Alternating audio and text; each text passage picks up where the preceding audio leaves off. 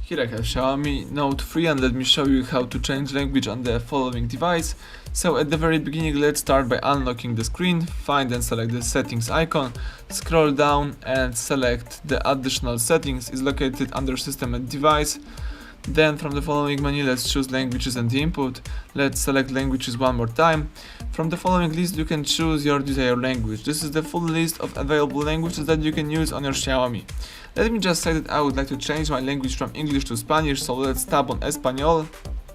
And as you can see, the whole list of settings and also all applications are in Spanish right now. If you would like to go back to previous version, just find and select the ajustes. Scroll down and under Sistema y Dispositivo, let's choose Ajustes Adicionales, select Idiomas y Traducción de Texto, choose Idiomas, and from the following list, let me choose English, for instance, from United States. Right now, the whole Xiaomi system is in English, so everything went well. Thank you for watching. Please subscribe our channel and leave thumbs up under the video.